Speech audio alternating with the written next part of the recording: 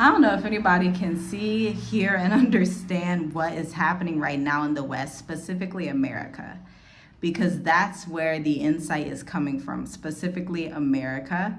Yes, it has repercussions in some other Western countries, but y'all, this is going to happen and is happening specifically in America. I don't know if y'all watch the same videos I watch, but I'm very in tune with what is going on so that I can always be in a mind of gratitude to the Most High for getting my lineage out of the West, out of America, right? That's like my main thing. I like to always be grateful. I like to always look back. You know, there's actually a verse in Psalms.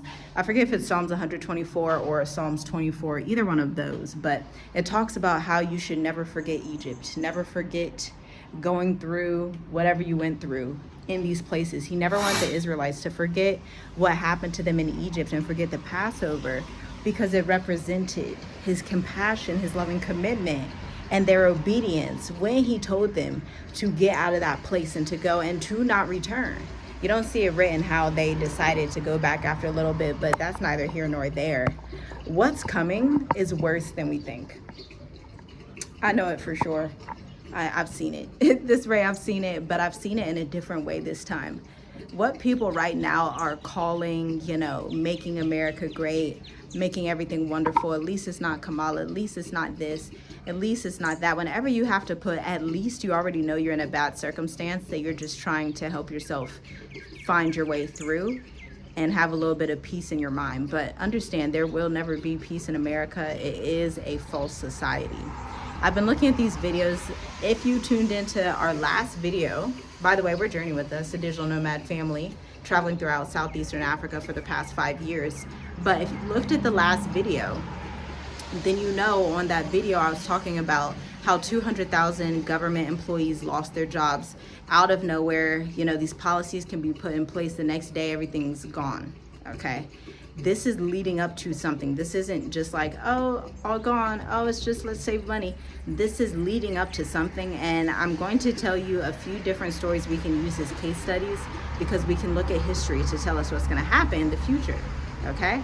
So I want you to look at one, the Native American population before Europeans came, before the British came. And what did they do? They gave them, you know, these pillows and these blankets. They're like, oh yeah, we're all getting along, everything's fantastic. They give them these pillows, these blankets. Child, them Native Americans found out these pillows and blankets making us sick. We got monkeypox, chickenpox, this pox, that pox, all the pox. So as they tell the historical narrative in America, all the natives, they start dying out. They're like, snap. These native, man, we just want to get sick a little bit. We still need them to be slaves, right? So they were like, snap, we gotta look at Africa. Let's go over to Africa. Let's see if we can take some people from there. Everybody knows that story. Taking people from the West Coast as well as the southern and eastern areas to ship them to America. How do I know? Because I look at the historical archives. Y'all should do that sometime. Y'all got all this internet. I love to leverage the tools that we have available to us. I leverage them to their full capability to get all the information that I need to get. And so y'all need to understand this. So first we have the first case study with the Native Americans. Let's start there. Number two, what's our next case study, y'all? Our next case study is going to be, what's our next case study? USAID. Right on time, right? USAID used to go out to Africa, countries like Tanzania, Ghana, South Africa, every country essentially was getting USAID at some point. And so they were all getting USAID, fine dandy, fantastic, that's cool, everybody loves that, that's great. After they got the USAID, Trump said, you know, no more USAID. But people that don't understand, people that are not awake, humans that are not awake would say, oh, they don't have USAID, how are they gonna survive? We need to give them more USAID. USAID was demolishing African countries and stopping entrepreneurship. This is why I'm so heavy on teaching entrepreneurship. Okay, entrepreneurship is something that we have to teach, it's something we have to do. You have to provide for yourself and for your people.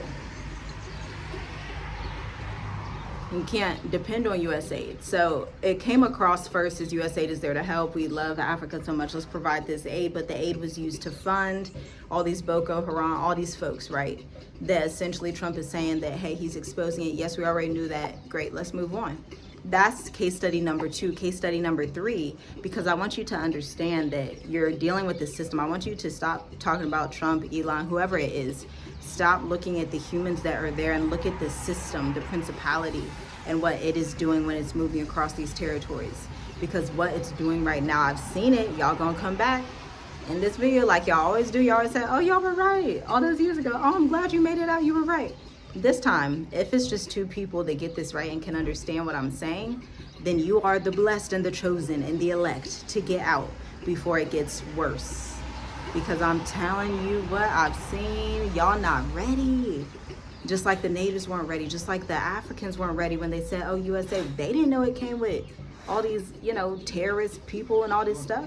But understand that at the end of the day, this is setting up, all these people getting fired is setting up so that certain demographics of people will be desperate. Is that a mosquito on my head? My good gosh. Why? But anyway, the certain groups of people would be desperate to get jobs. I'm gonna leave it like that. I'm gonna put it like that. The remnant's gonna understand.